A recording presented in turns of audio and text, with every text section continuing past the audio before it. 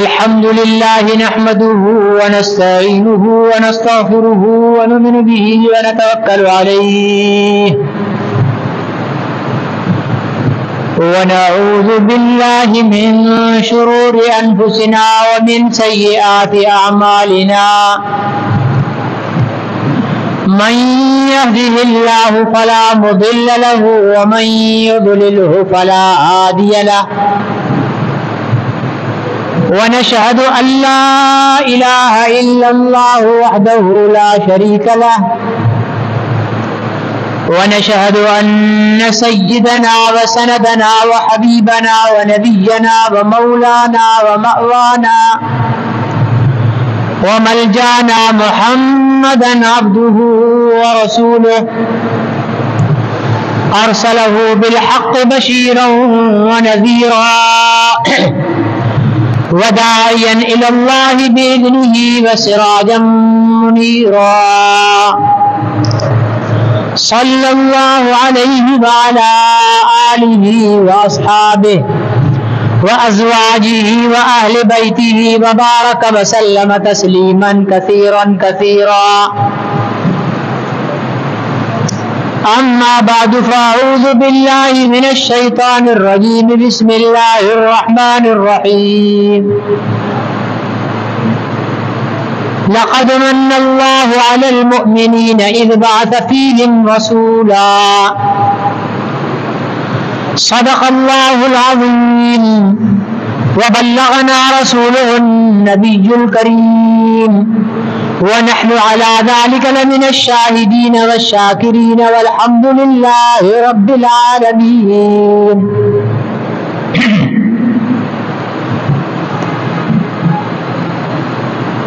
محترم بزرگوں اور بھائیوں،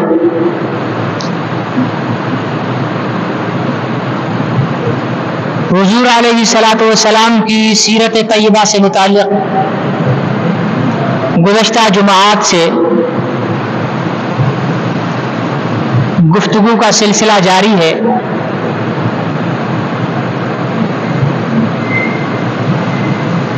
حسب وعدہ آج حضور علیہ الصلوۃ والسلام کی سیرت بزبان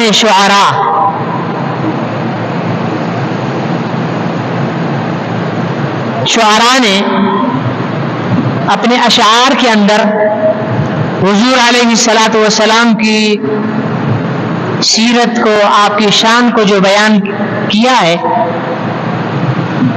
اس میں سے کچھ نمونہ آپ حضرات کے سامنے پیش کروں گا، اس دعا کے ساتھ کہ اللہ رب العزت ہمیں حضور علیہ الصلوۃ والسلام کی غیر مشروط محبت اور آپ کی اطاعت نصیب فرمائے۔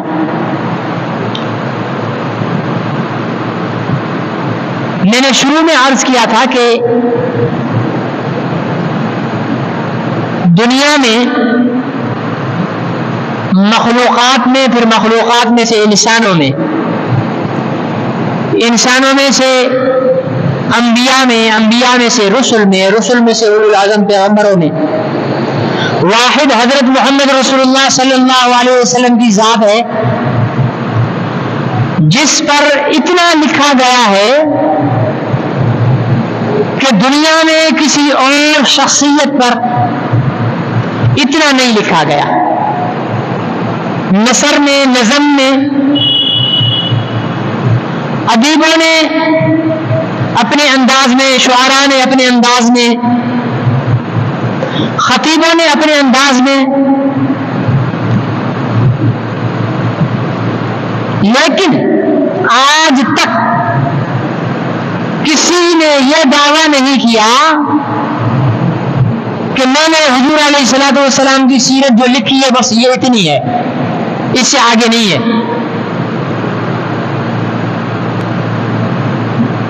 بلکہ جس نے بھی لکھا اس نے یہی کہا کہ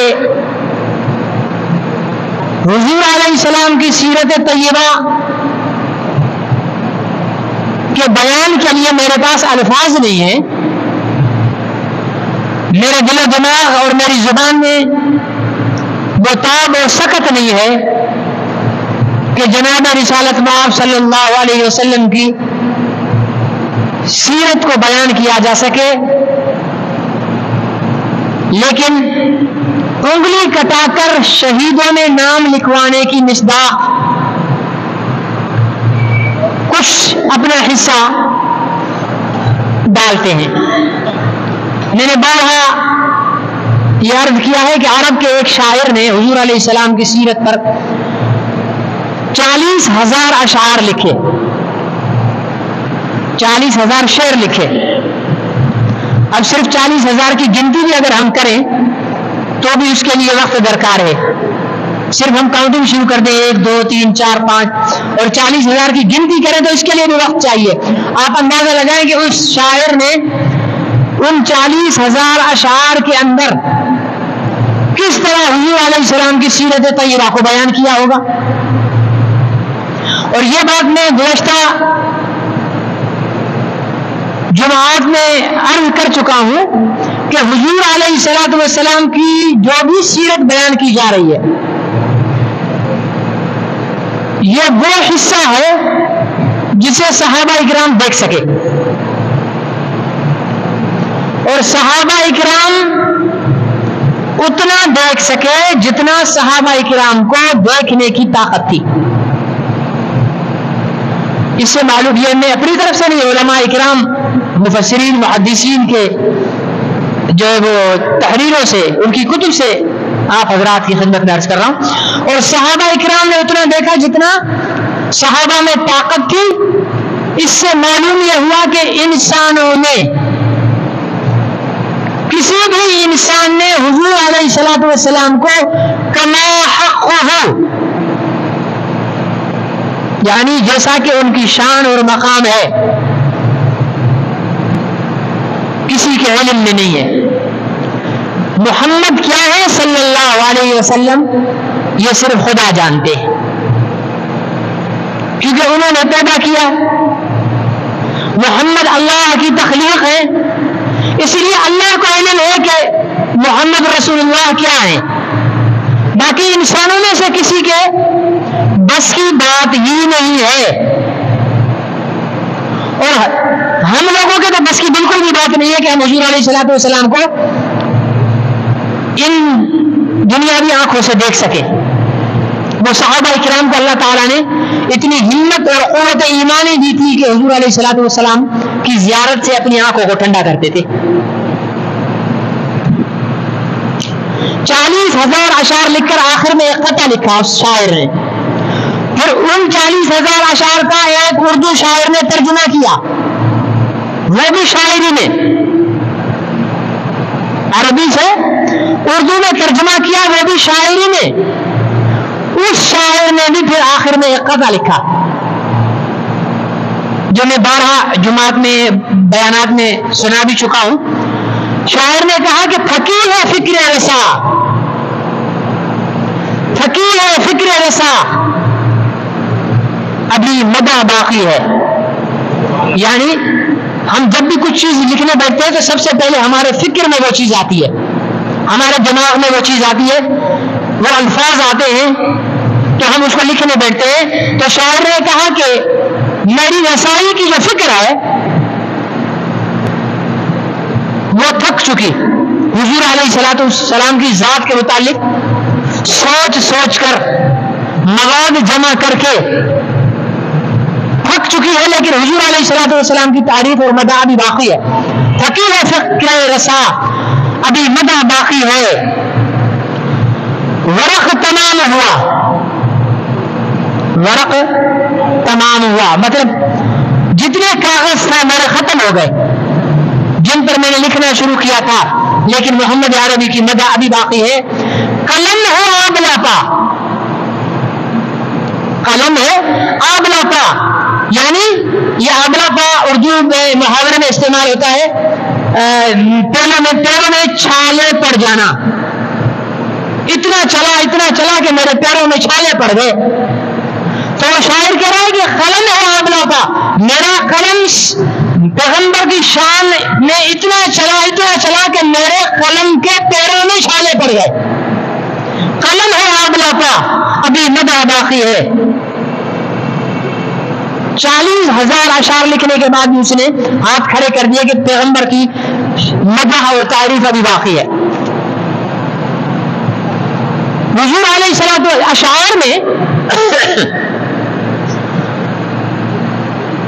حضور علیہ السلام کی تعریف کے بانی حضرت حسان ابن ثابت رضی اللہ تعالیٰ عنہ, انہوں نے حضور علیہ السلام کی تعریف اشعار میں کی, بلکہ صرف انہوں نے اپنی مرضی سے نہیں کی. حضور علیہ السلام نے انہیں خود حکم فرمایا, جب بھی کوئی گستاخ, کوئی ملعون حضور علیہ السلام کی ذات پر حملہ کرتا تھا الفاظ میں, اشعار میں, تو آپ صلی اللہ علیہ وسلم حضرت حسان کو بلاتے اور فرماتے کہ منبر پر بیٹھو اور میرے دشمن کو جواب دو. اس لیے پیغمبر صلی اللہ علیہ وسلم کے گستاخ اور دشمن کو جواب دینا, یہ حضور علیہ السلام نے اپنے حکم سے بیان فرمایا ہے, یہ امت پر فرض ہے. یہ نہیں ہے کہ بس ہم صرف نماز پڑھتے رہے, روزے رکھتے رہے, حضور علیہ السلام کا مذاق اڑایا جائے, حضور علیہ السلام کو معاذ اللہ گالیاں دی جائیں اور میں نماز میں بیٹھا رہوں اور میں تسبیحات میں ذکر و اذکار میں بیٹھا رہوں, ٹھیک ہے نا جی, اور میں اپنا مدرسے میں درس حدیث کا سبق دیتا رہوں اور میں مسجد میں امام صاحب بن کر بیٹھا رہوں. میرا کیا جائے, کوئی بکواس کرتا ہے, تیرا کیا جائے, اگر تیرا کچھ نہیں جاتا تو پھر تیرا ایمان جاتا ہے. پیغمبر کو گالی ملے اور تو نماز میں مصروف رہے, تو روزے میں, حج میں, زکات میں مصروف رہے, تو امامت میں, خطابت میں, تو تدریس درس میں مصروف رہے, اور تو یہ سمجھے کہ میرا اس چیز سے کیا واسطہ ہے, تو پھر تیرا ایمان سے ہی واسطہ نہیں ہے. وہ مومن ہی نہیں ہے کہ پیغمبر کو گالی ملے اور دل میں درد نہ اٹھے. وہ ایمان والا ہی نہیں ہے کہ پیغمبر کی توہین اور آنکھیں اس کی لال نہ ہو. پھر بکواس ہے, پھر ایمان نہیں ہے, پھر کلمہ لا الہ الا اللہ محمد رسول اللہ پڑھنے کا کوئی فائدہ نہیں ہے. لا الہ الا اللہ محمد رسول اللہ صلی اللہ علیہ وسلم یہ قبول ہی تب ہے جب دل میں محمد عربی صلی اللہ علیہ وسلم کی پیار اور محبت ہوگی. ورنہ میں اکثر مثال دیتا ہوں, قرآن پاک میں حکم بھی اس شخص کے متعلق, مدینہ منورہ کا عبداللہ بن ابی بن سلول رئیس المنافقین, وہ مر گیا, نماز حضور علیہ السلام کے پیچھے پڑھتا تھا. حضور علیہ السلام جب منبر پر تشریف فرما ہوتے تھے تو یہ کھڑا ہو جاتا تھا اور کہتا تھا, لوگوں اس کی بات کو سنو, یہ سچے ہیں. نماز, روزہ, اعمال, امامہ, داڑھی, تسبیح, سب کچھ ایمان والے تھے. شکل و شباہت سے وہ کافر نہیں تھا. جب مر گیا حضور علیہ السلام نے اپنی قمیص مبارک اس کو کفن میں دی. ہمیں حضور علیہ السلام کے قمیص کے ایک دھاگے سے ٹچ ہوئی مٹی بھی اگر قبر میں مل جائے تو ہمارے بیڑے پار ہو جائیں گے. اسے پوری قمیص حضور علیہ السلام نے کفن میں دے دی. پھر جنازہ حضور علیہ السلام نے خود پڑھایا, قبر میں خود اتارا. تدفین کے بعد دعا کی حضور علیہ السلام نے, یا اللہ تو اس کی مغفرت کرنا. اللہ تعالیٰ نے فرمایا, نہیں میرے محبوب, آپ کی یہ دعا قبول نہیں ہوگی. یہ آپ نے ایک دفعہ اس کے لیے مغفرت کی دعا کی ہے, اگر 70 مرتبہ بھی اس کے لیے دعا کریں گے تو ہم قبول نہیں کریں گے. کیوں؟ نماز تو پڑھتا تھا, امامہ بھی مجھ سے بڑا ہوگا شاید اس کا, داڑھی بھی اس کی تھی, جبے خبے سب کچھ تھا اس کے پاس. پھر کیوں رحمت للعالمین کی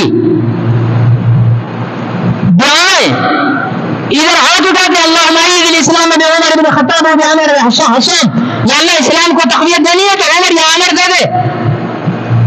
صبح کو عمر قدموں میں آ پڑتے ہیں, اتنی جلدی دعائیں قبول. ادھر دعا کرتے ہیں, یا اللہ ابو ہریرہ کی اماں کو ہدایت دے دے, ادھر ہدایت دوڑ کر پہنچ جاتی ہے.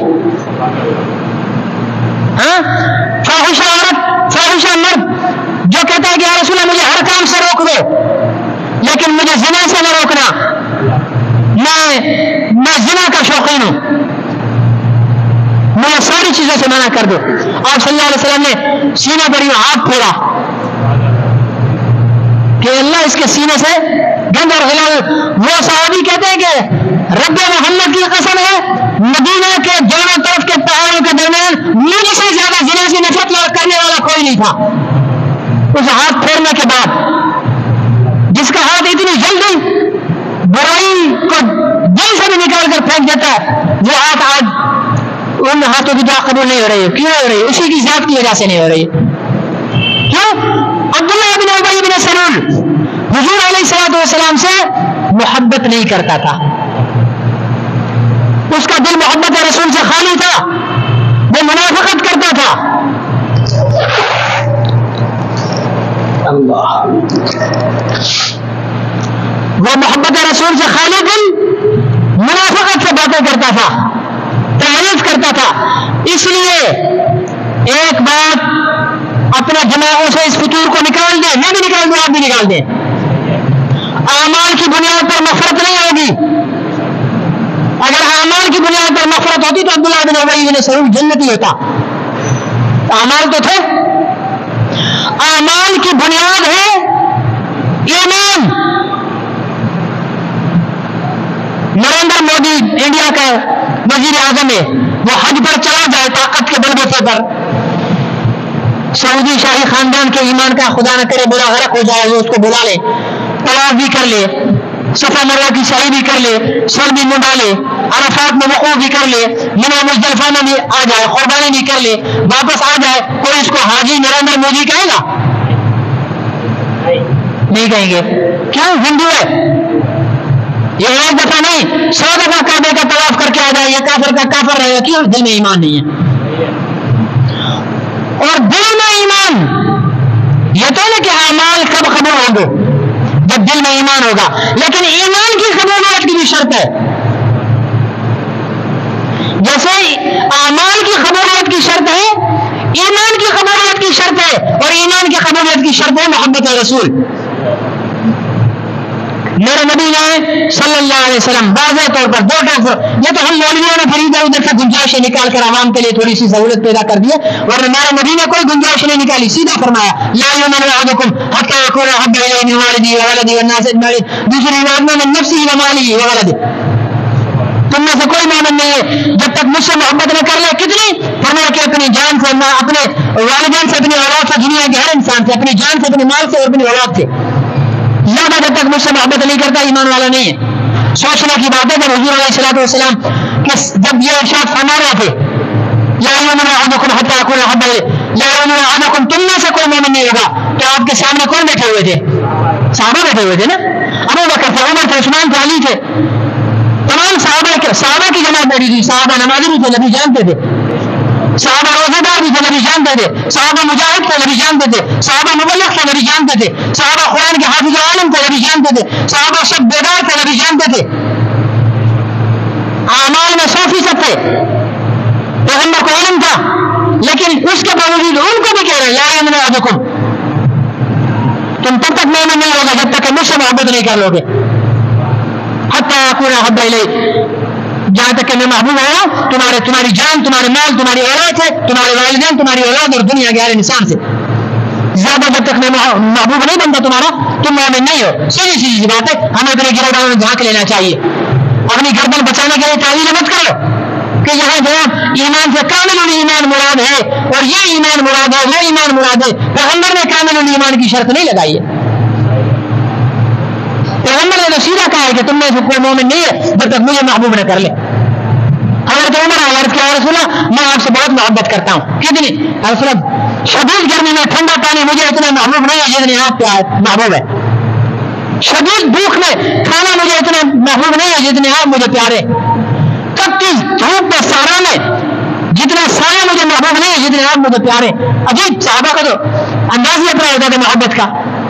اچھا اچھا اچھا اور پوچھ رہے وہ بتا دیں گے. پھر آخر میں کیا رسول اللہ لیکن مجھے میری جان آپ سے زیادہ پیاری ہے. وہ سیدھے ہوتے, ہماری طرح منافق نہیں تھے, نعرے لگاتے نا غلامی رسول میں موت بھی قبول ہو, یہ ہونا عشق مصطفیٰ تو زندگی نعرے تو سبحان اللہ. ہم لگائے صحابہ کرام اگر ہمیں نعرہ لگاتے ہوئے دیکھ لیں نا, وہ صدمے سے بے ہوش ہو جائیں گے کہ یار یہ اتنے بڑے عاشق تو ہم سے بھی بڑے پیدا ہو گئے. لیکن اگر ہمارا کرتوت دیکھ لیں نا صحابہ کرام, تو بلا تاخیر فتوی لگائیں گے کہ یہ کافر لے گئے, ان کا ایمان سے کوئی تعلق نہیں. نعرہ لگانے میں ہم سے غلامی رسول میں موت بھی قبول, غلامی اللہ اکبر, غلامی رسول میں موت بھی قبول ہے. جو ہونا عشق مصطفیٰ تو زندگی فضول ہے. اتنا بھڑک مار دیا ہم نے. صحابہ بھڑکے مارنے والے نہیں تھے, نعرے لگانے والے نہیں تھے. انہوں جتنی محبت تھی نا کھول کر دل سامنے رکھ دیا, یا رسول اللہ اس سے پیارا, اس سے پیارا, اس سے پیارا, اس سے پیارا, اس سے, اس سے, اس سے, اس سے, اس سے, لیکن جان مجھے آپ سے زیادہ پیاری ہے. تو پیغمبر نے یہ نہیں کہا اچھا اچھا چلو ٹھیک ہے, باقی سب چیزوں سے تو میں پیارا ہوں, میں جانی تمہیں مجھ سے پیاری ہے نہیں. فرمایا نہیں عمر, یاد رکھ کر تمہاری جان مجھے اپنی مجھ سے زیادہ تمہیں پیاری ہے, ایمان قبول نہیں ہے. عمر کا ایمان لٹک گیا ہے, تیری میری اوقات کیا ہے؟ عمر کا ایمان لٹک گیا. نہیں عمر, ایمان نہیں قبول ہوگا. جو کھڑا ہوتا ہے نا وہ فیصلہ کرنے میں بھی مضبوط اور مستحکم ہوتا ہے, جلدی کر دیتا ہے, ہماری طرح نہیں ہوتا. حضرت عمر نے دیکھا وہ اتنا کچھ کرنے کے باوجود بھی صرف جان کو نبی سے زیادہ رکھنے کی وجہ سے ایمان قبول نہیں ہو رہا. اسی وقت فرمایا رسول اللہ آج کے بعد آپ مجھے اپنی جان سے زیادہ عزیز ہیں. تو حضور علیہ السلام نے کیا فرمایا؟ الان یا عمر. الان یا عمر کے محدثین نے دو معنی لکھے. ایک معنی الان کے معنی ہے اب, یعنی اب تیرا ایمان قبول ہے, ایک تو یہ معنی ہے. دوسرا معنی ہے حضور علیہ السلام نے جیسے ہم کسی کو شکایتاً کہتے ہیں نا, کچھ شاگرد کو بلائیں اور وہ دیر سے آئے, بولے جی استاد جی لیکن اب آئے, یہ کیا خفگی کا ناراضگی کا اظہار ہے. اب آئے, میں نے تجھے کب بلایا تھا؟ تو حضرت عمر کو حضور علیہ السلام خفگی کا اظہار فرما رہے, فرمایا اب میں پیارا ہوا ہوں تمہیں, پہلے کیوں نہیں پیارا تھا تمہیں؟ تو عمر کا ایمان محبت رسول پر رکھ جاتا ہے. تو تیری میری تو نمازوں کا بھی پتہ نہیں ہے کہ کتنی اخلاص والی ہے. پتہ نہیں ہم نماز اس لیے پڑھتے ہیں کہ میری بڑی جرنلسٹ ہے, دکاندار ہو, داڑھی رکھی ہوئی ہے, اور نماز 5 ٹائم کی پڑھتا ہوں تاکہ لوگ مجھے نمازی سمجھ کر میری دکان پہ آئیں اور پھر میں ان کی جیب صحیح طرح کاٹوں. پتہ نہیں ہماری نمازوں کا تو عالم پتہ نہیں کیا ہے. میں بڑے خوش و خصوص سے اس لیے نمازیں پڑھوں تاکہ لوگ بولیں کہ ہاں بھائی مولوی صاحب ہمارے امام صاحب تو بڑے متقی اور پرہیزگار ہیں. یار اللہ والے دیکھی نہیں نماز کتنی لمبی لمبی پڑھ رہے ہیں, اور یہ میرے دل کے اندر کھوٹ بھرا ہوا ہے کہ لوگ میری واہ واہ کریں. ایسی نماز تو میری کسی کام کی. صحابہ کے اعمال اخلاص والے تھے. بہرحال اپنے دلوں میں محبت رسول کا جذبہ زندہ کرنا پڑے گا. چنگاری موجود ہے, ہر کرنے والے کے دل میں چنگاری موجود ہے. وہ جیسے انگارہ ہوتا ہے نا, اس کو ہوا نہیں دو تو اوپر اوپر اس کے جو ہے اس کی کوئلے کی راکھ بن کر اندر چنگاری پڑی ہوتی ہے. اب اس چنگاری کی آگ کیسے لگانے؟ پھونک مارو ساری راکھ اڑ جائے گی, چنگاری آ جائے گی. پھونک مارنے کی دل ہے. ہر ایمان والا اپنے دل میں نظر کرے اور اس محبت رسول کی چنگاری کو جگائے, بیدار کرے. ہمیں نمازوں میں دل کیوں نہیں رکھتا؟ دل محبت رسول سے خالی ہے. ہمیں داڑھی نظری کیوں رکھتی ہے؟ دل محبت رسول سے خالی ہے. ہمیں حج مہنگا کیوں رکھتا ہے؟ امریکہ کا جو ہے 50 لاکھ کا ٹور بھی مہنگا نہیں رکھتا, 10-12 لاکھ کا حج مہنگا رکھتا ہے. کیوں؟ دل محبت رسول سے خالی ہے. ہمیں روزہ بھاری کیوں رکھتا ہے؟ دل محبت رسول سے خالی ہے. ہماری شادیوں میں سنت طریقہ استعمال کیوں نہیں ہوتا؟ دل محبت رسول سے خالی ہے. ہم اپنی بیٹیوں کو مصطفیٰ کی بیٹی کے طرح خود کیوں نہیں کرتے؟ دل محبت رسول سے خالی ہے. ہم اپنے نکاحوں کو نبی کے نکاحوں کی محنت کیوں نہیں بناتے؟ محبت رسول سے دل خالی ہے. ہماری تجارت نبی کی تجارت کے ساتھ کیوں نہیں ہے؟ دل محبت رسول سے خالی ہے. ہماری سیاست نبی کی سیاست والی کیوں نہیں ہے؟ دل محبت رسول سے خالی ہے. جس دن اس قوم کے دل میں محبت رسول, کوئی دوا نہیں کرا اس قوم کی, اس قوم کا کوئی علاج نہیں ہے. رب محمد کی قسم کھا کر کہتا ہوں, منبر رسول پر بیٹھ کر کہتا ہوں, اس امت کو اگر زندہ کرنا ہے, اس امت کی اگر نشت سنیہ کرنی ہے, اس امت کو پھر عروج دینا ہے, تو اس کے دلوں میں محبت رسول کو زندہ کر دو. یہ دنیا کی حاکم امت بن جائے گی. یہ دنیا کی حاکم امت بن جائے گی. اس لیے ہمیں اپنے دلوں میں محبت رسول پیدا کرنی چاہیے. اور محبت رسول کیسے پیدا ہوگی؟ یہ گزشتہ جمعوں میں نے آپ حضرات کو بتا دیا تھا. ٹھیک ہے نا جی. اب میں اپنے اصل موضوع کی طرف آتا ہوں. میں نے عرض کیا تھا کہ انشاءاللہ حضور علیہ الصلوۃ والسلام کی سیرت شعراء کی زبان میں. اگر شعراء کا لفظ کہا تو آپ یوں نہیں سمجھنا کہ میں مولانا انس یونس کی طرح آپ کو مترنم انداز میں اشعار پڑھ پڑھ کر سناؤں گا. نہیں, ہم تو پھٹا ڈھول کی طرح ہی پڑھتے ہیں. ٹھیک ہے جی. تو کوئی مترنم نہیں ہوں گے, نہ جنید جمشید کی طرح, نہ انس یونس کی طرح, نہ حافظ ابو بکر کی طرح. سیدھا سیدھا اشعار, یہ شعر گوئی, یہ ایک ایسا کمال ہے کہ دریا کو کوزے میں بند کر دیتا ہے. میری 1 گھنٹے کی تقریر شاعر کی ایک رباعی ہوتی ہے, ایک بند ہوتا ہے, وہ سنا دیتا ہے, ساری تقریر کا خلاصہ اس کے اندر پیدا ہو جاتا ہے. تو حضور علیہ الصلوۃ والسلام کی ہم اشعار شعراء کی زبان میں حضور علیہ الصلوۃ والسلام کی تعریف کرتے ہیں. ایک شاعر کہتا ہے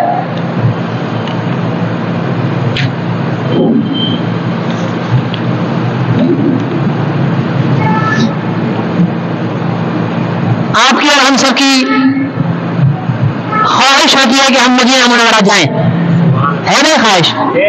جن کی خواہش ہے ایک دفعہ درود پاک پڑھ لیں, جن کی نہیں ہے خواہش بھلا نہیں پڑے, کوئی مسئلہ نہیں ہے.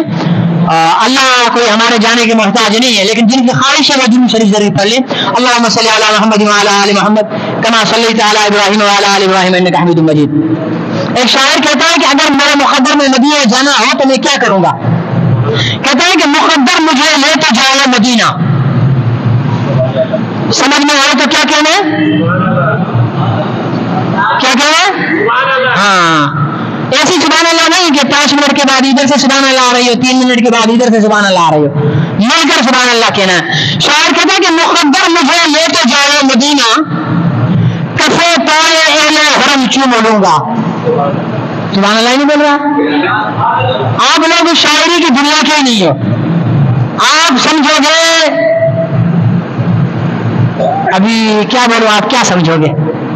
رعایت کرتے چلو چھوڑتے ہیں, آپ کیا سمجھیں گے؟ آپ نبی کی شان سمجھیں گے.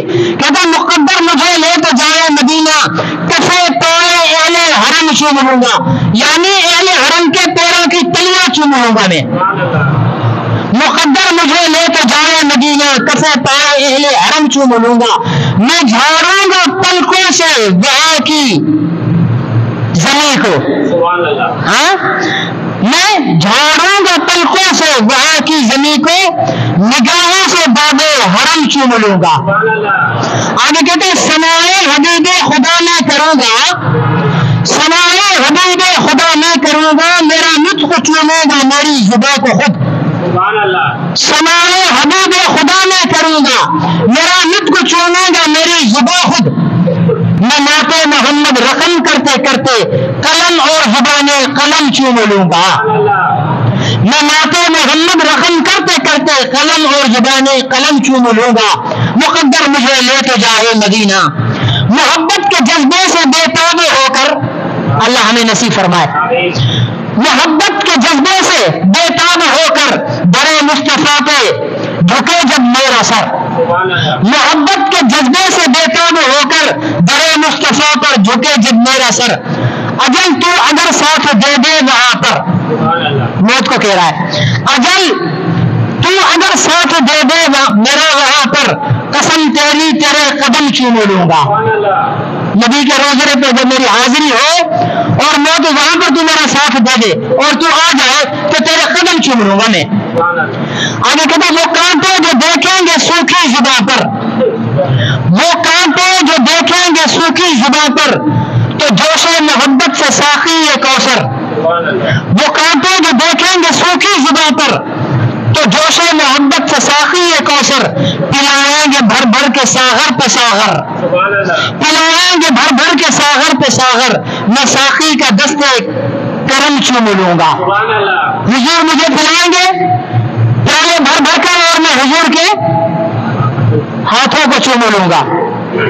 مقدر مجھے لے تو جائے مدینہ, پسینے میں ان کے نہا کر آئی, پسینے میں ان کے نہا کر ہے آئی, چرا خوشبو جو مل جائے مجھ کو تیرے قدم میں نسیم بہار ارم چوم لوں گا مقدر مجھے لے تو جائے مدینہ غم مصطفیٰ کی رہے دل میں دھڑکن غم مصطفیٰ کی رہے دل میں دھڑکن جلے سوز فرقت سے ہر وقت تن من نبی کی جدائی میں میرا تن من ہر وقت آج کل تو ہمارے گرل فرینڈ ہے نا سنگتیانی دوستیانی جس کو بیٹوں پر لے جاتا ہے میرا نوجوان طبقہ اس کی جدائی میں ہمارے ترمن جل رہے ہوتے ہیں نا جو ان کی جدائی میں ترمن جل رہے ہیں وہ یہاں بھی جلیں گے وہاں بھی جلیں گے لیکن نبی کی جدائی میں جس کا ترمن یہاں جل رہا ہے نا وہ یہاں تو جلے گا وہاں سکون پائے گا غم مصطفیٰ کی رہے دل میں دھڑکن چلے سوز فرقت سے ہر وقت تن من رہے پر ہمیشہ جو اشکوں سے دامن رہے پر ہمیشہ جو اشکوں سے دامن بادل تیری چشم من چوم لوں گا مقدر مجھے لے تو جائے مدینہ میں کفے پائے اہل حرم چوم لوں گا. ایک شاعر ہے ہمارے فوت ہو گئے اللہ تعالیٰ انہیں غنی کی رحمت فرمائے. نصیر کی بات ہوتی ہے پہلے گانا لکھا کرتے تھے بڑے گانے شانے لکھا کرتے تھے کلین شو تھے ماڈرن ٹائپ تھے جن کو تھوڑی بہت شاعری سے لگن ہوگی وہ نام سن کر پہچان لیں گے انہیں.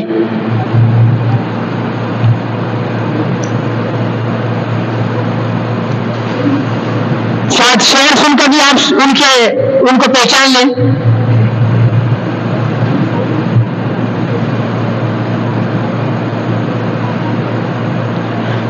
ان کا عنوان دیا ہوا انہوں نے میرا پیغمبر عظیم تر ہے.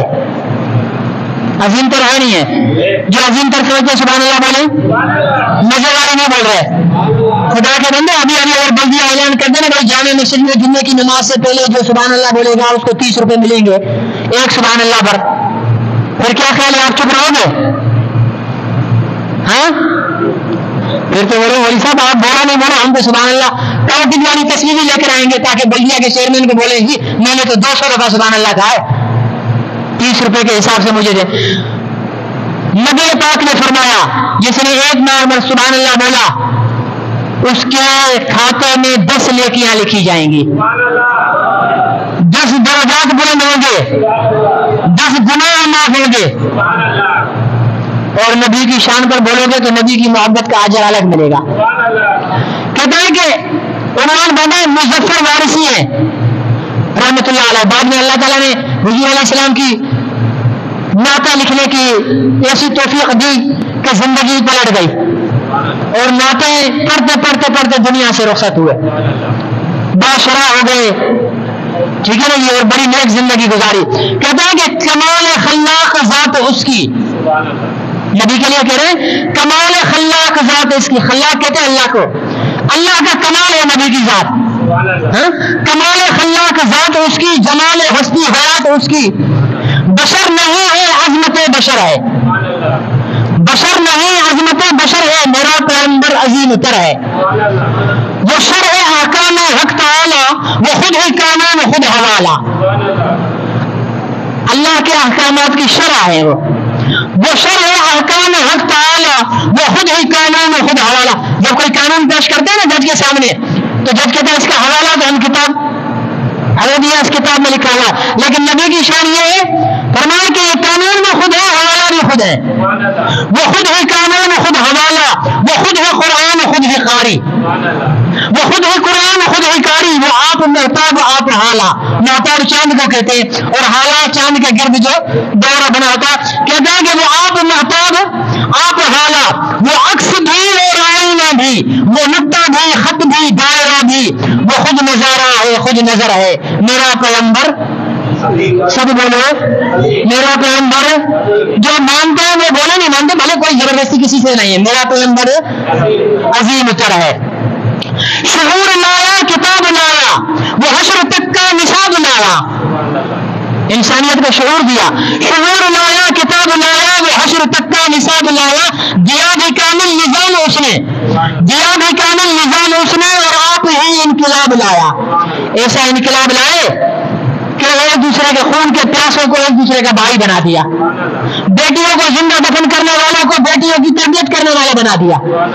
کہتا ہے کہ دیا بھی کامل نظام اس نے اور آپ ہی انقلاب لایا، وہ علم کی اور عمل کی حد بھی، ازل بھی اس کا اور ابد بھی، ازل بھی اس کا شروع سے اس کا ہے، اور ابد بھی آخر بھی اسی کا ہے، وہ ہر زمانے کا راہ بر ہے میرا پیغمبر، تھوڑا سا آپ بھی بول لو، میرا پیغمبر عظیم تر ہے، وہ آدم و نوح سے زیادہ مقام میں، رتبہ میں، شان میں، وہ آدم و نوح سے زیادہ بلند ہمت، بلند ارادہ، وجود انسان کوسوں آگے، وجود انسان کوسوں آگے، جو سب کی منزل وہ اس کا زیادہ، ہر ایک پیغمبر نہا ہے اس میں، تمام نبی اس میں چھپے ہوئے، ہر ایک پیغمبر نہا ہے اس میں، وجود پیغمبرا ہے اس میں، وہ جس طرف ہے خدا ادھر ہے میرا پیغمبر۔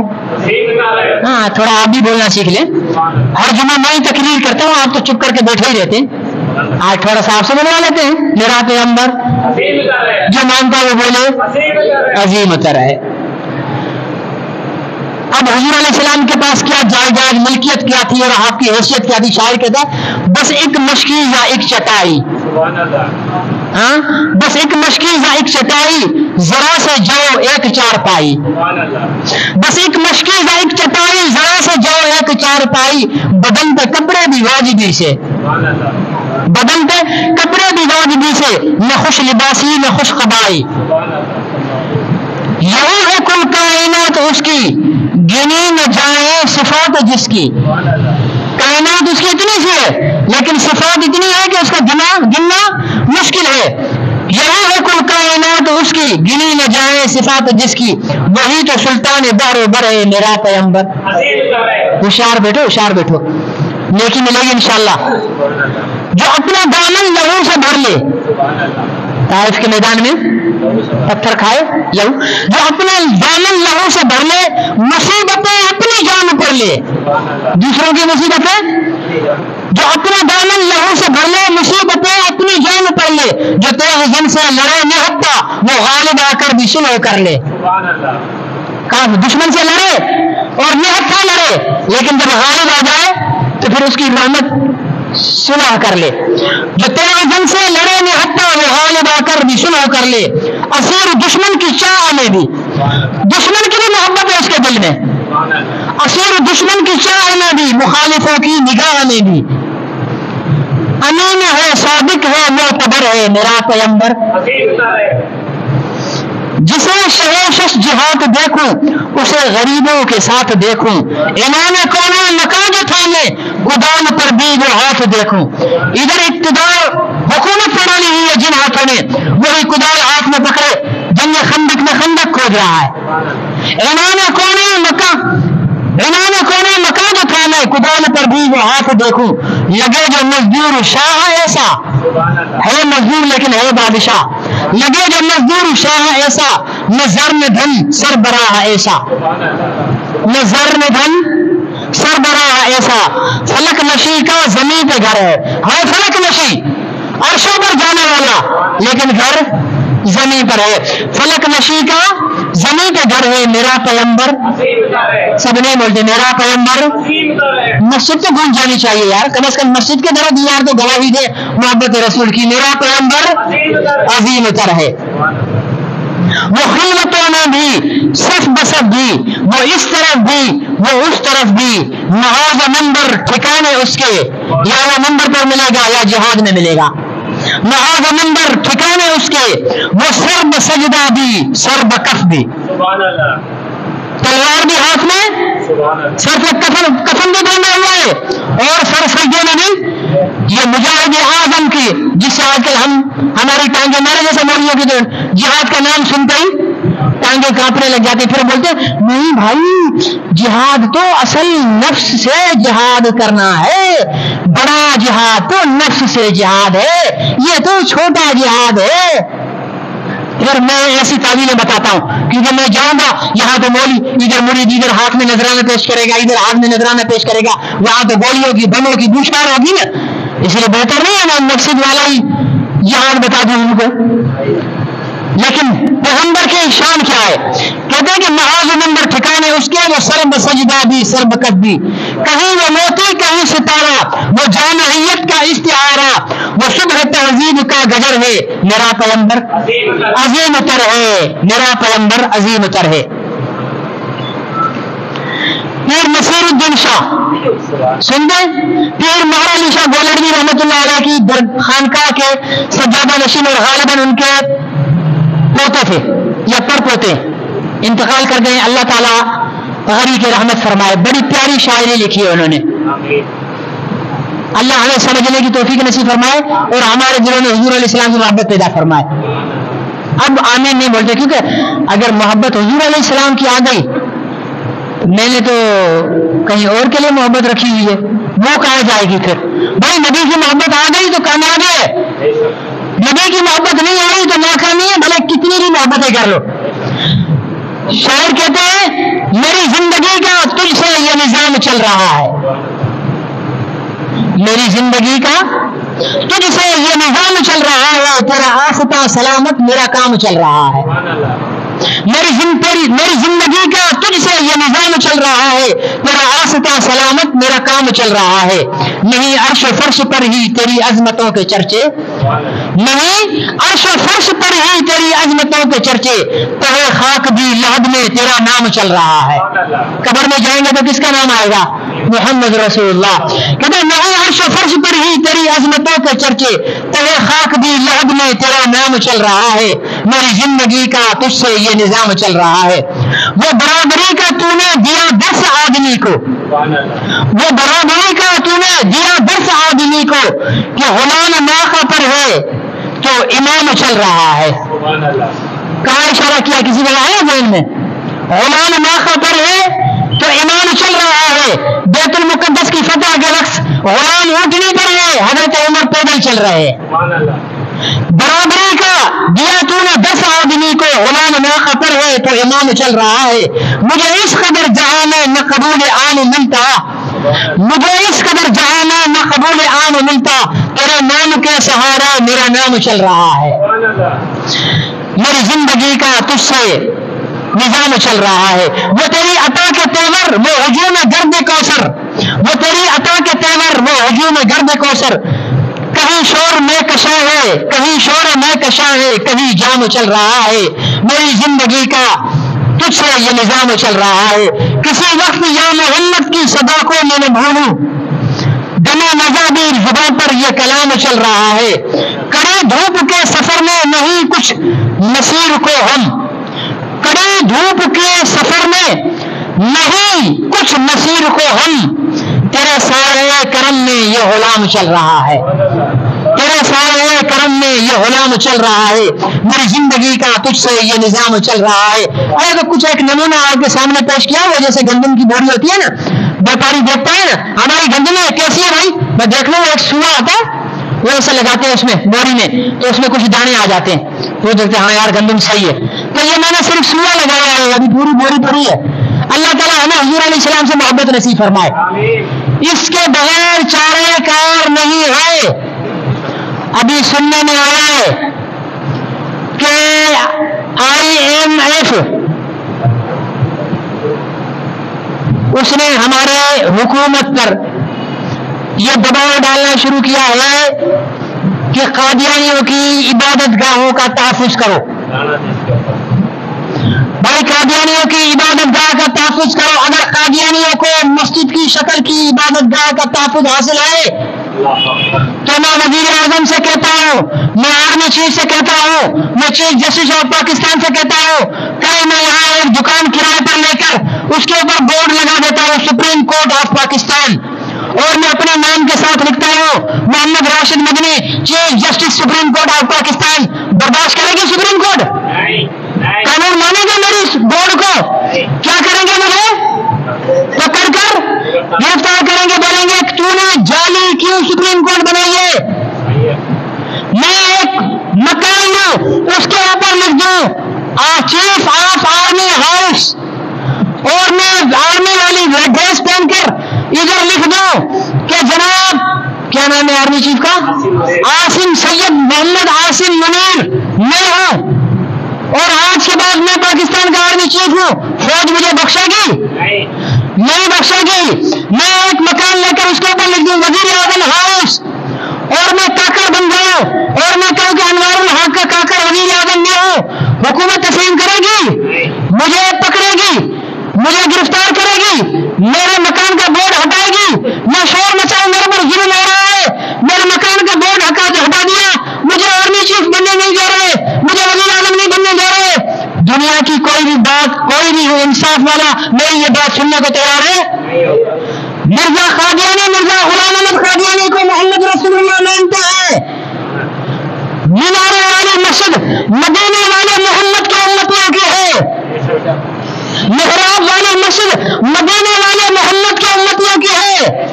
قادیانیوں, اگر تم مدینے والے محمد کے امت میں شامل ہوتے ہو, تمہاری عبادت گاہیں محراب اور منبر والی ہم بنا کر دیں گے. لیکن اگر غلام احمد قادیانی کی جھوٹی نبوت کے پیروکار بن کر تم IMF کو ڈھال بناؤ گے کہ تمہارے اس IMF کو پکڑ کر وہاں گھسیڑیں گے جہاں سے یہ نکلی ہے. ہم محمد کے غلام ہیں, یہاں قادیانی کو آزادی نہیں ملے گی. وہ قادیانی محمد رسول اللہ کا غلام احمد قادیانی کو اور پھر کہیں کہ ہمیں آزادی دو. تم غلام احمد قادیانی کو چہرہ مانو, پنجر مانو, خبیث مانو, دنیا دیوس مانو, ہمیں کوئی اعتراض نہیں ہے. تم بندر مانو, سور مانو, ہمیں کوئی اعتراض نہیں ہے. لیکن ایک چوہے کو, ایک بدکراش کو, ایک بدکردار کو تم اگر محمد رسول اللہ کا مقام دو گے, ہم تمہیں کبھی اجازت نہیں دیں گے. دے دینی چاہیے اجازت, نہیں دیں گے ہم تمہیں اجازت. مر جائیں گے. سپریم کورٹ کی اوقات کیا ہے, پارلیمنٹ کی اوقات کیا ہے, چیف جسٹس کی اوقات کیا ہے, آرمی کی اوقات کیا ہے؟ رب محمد کی قسم, پاکستان بننے سے لے کر آج تک پاکستان کی تمام آرمی چیف, پاکستان کے تمام چیف جسٹس, پاکستان کے تمام پارلیمنٹرین, پاکستان کے تمام وزراء محمد کی جوتی کی مٹی کے ذرے پر قربان ہو. اپنے ہم شکل وزیر اعظم ہاؤس برداشت نہیں ہے تو ہم بھی کسی کافر کو مسجد کی شکل کی عبادت گاہ بنانے نہیں دیں گے. کاکر صاحب, ہم سندھی میں کاکرا بولتے ہیں, یہاں ہم کہتے ہیں زبان کاکرے سے کھینچ لوں گا. پاکستان میں اگر قادیانیوں کو مسلط کرو گے, مسلط کرنے والوں کی زبانیں کھینچ لیں گے. ہم بے غیرت نہیں ہیں, ہم دیوس نہیں ہیں, ہم ہر معاملے میں نرمی کر سکتے ہیں. محمد رسول اللہ کے غداروں, محمد رسول اللہ کے گستاخوں کو تحفظ دینے والی حکومت کے خلاف کبھی ہم نرمی نہیں رکھیں گے. عقل کے ناخن میں تمہاری تو کوئی اوقات ہی نہیں ہے. تم تو برطانیہ میں ٹیکسی چلاتے تھے, کون نہیں جانتا تمہیں؟